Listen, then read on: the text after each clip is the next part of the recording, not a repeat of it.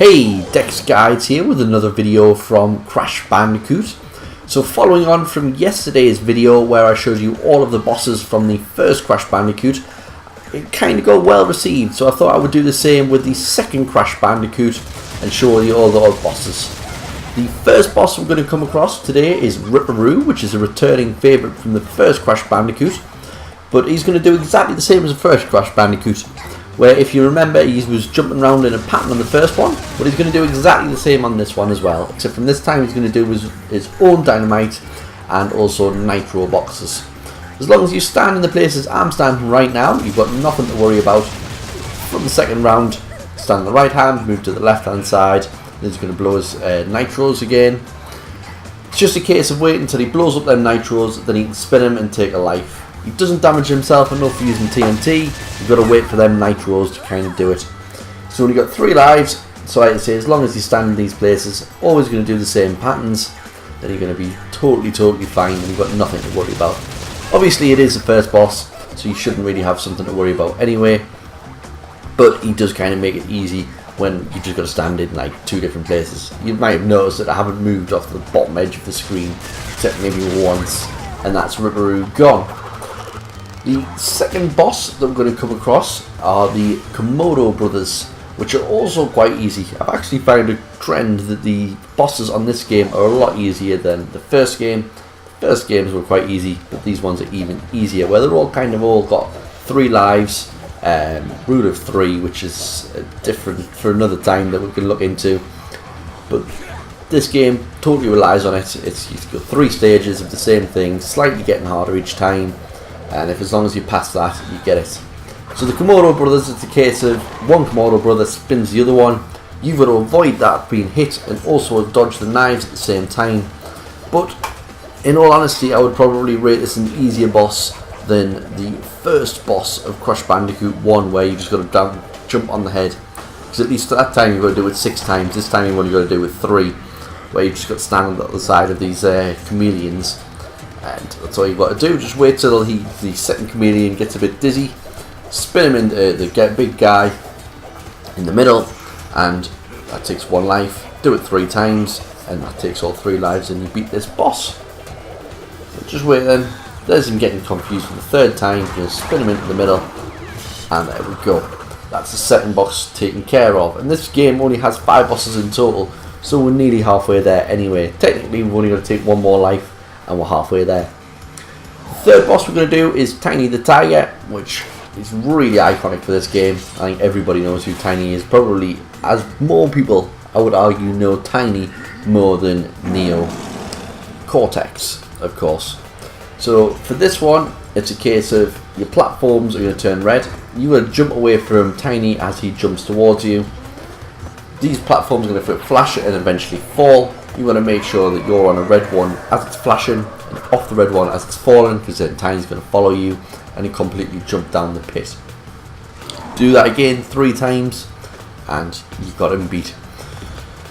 So there's not a lot to explain in these videos really. It's just a case of nostalgia, looking at these bosses. The other thing I forgot to mention as well is that you can still die even after Tiny's fallen. You want to make sure you get yourself to a green platform and you'll survive. If you don't, then you fall and obviously you die, which you obviously don't want to do. So the Aku Aku mask isn't going to do a lot for you here. But there we go, you see him taken out for the 3rd time. I could have stayed in that top left one, but I thought I'd play it risky anyway and go down to the bottom right. And there we go, that's Tiny taken care of. And now we really are more than halfway there. 60% of the bosses are done. We only have Dr. N-Jin, which is coming up now. Which I've got to say, he's the only guy who's not the rule of 3.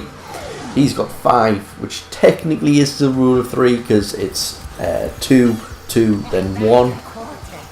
But it's a bit of a weird boss battle, this one. In the case of you don't get to attack him, you throw apples at him. You've got to throw apples at his guns, and when they appear, they take damage and then they'll explode eventually. So I'm kind of going to let this boss battle play out because I haven't got a lot to say about it other than just keep firing. Your first damage that the boss is going to do against you is this laser beam. Just walk under it as it goes up. The second round of damage will be rockets, which really easy. It's just a case of dodging the rockets to the right or to the left. You'll see which way he's firing. You go to the end of the platform on the other side and you're going to survive. The third attack that this boss has is a homing missile rocket. You'll fire that homing missile, you've got to jump over the top of it. So this is the normal missiles, the stage 3 of this boss. You saw he fired from the left, so you go all the way to the right. Just keep throwing your apples, as many apples as you can, just spam them, because you haven't got unlimited ammo, you've got unlimited ammo. Just keep spamming them against this guy, and eventually you'll get him. The third attack, which will come up in a second, is you'll take out one of the rockets, and then the second one becomes a homing missile.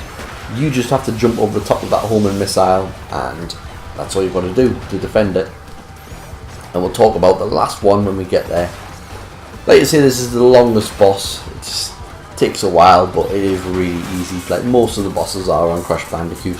Just a bit different in the case of throwing apples. I personally don't like it, but what do I know? Lots of people do. So you'll see now he shoots his homing rocket. I actually didn't shoot it that time, but he's going to shoot it this time. It's going to fly from the right hand side. You jump over the top of it. That's all you got to do to dodge the attack. Now you've just got to take that rocket out, and you'll get the last phase of this boss's attack. Jump again. He fires it fairly rapidly, but nothing that should do you any problems.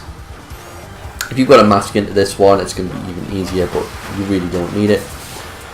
So you'll see me jumping over the rocket for the last time and taking out this for the last time. For the third and final stage, where he's going to drop down and get this laser beam which destroys platforms. Don't worry, your platform's going to come back, but just keep spamming your apples, and when he comes back up, you might even get him on the second time, as you'll notice I did. Really easy. And that is Dr. N. Jin taken care of.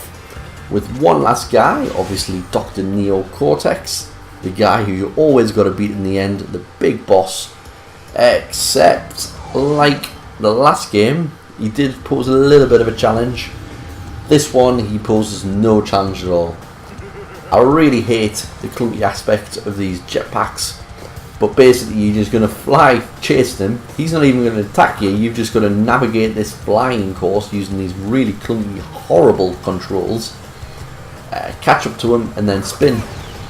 Do that 3 times and that's game over. You win the game. So you see me do it once there. If you hit the rocks, you don't even lose a life. You just get knocked back a little bit, as you see there. It doesn't even knock you back that far. I do believe if you hit the explosive though, you do lose a life. As you see there, that was the second bit there. And we're nearly going to take his third life in a second.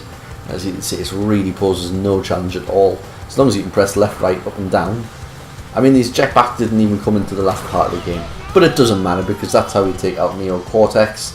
And that's going to be how you beat Crash Bandicoot 2. And that is all of the bosses that you can come across in Crash Bandicoot 2.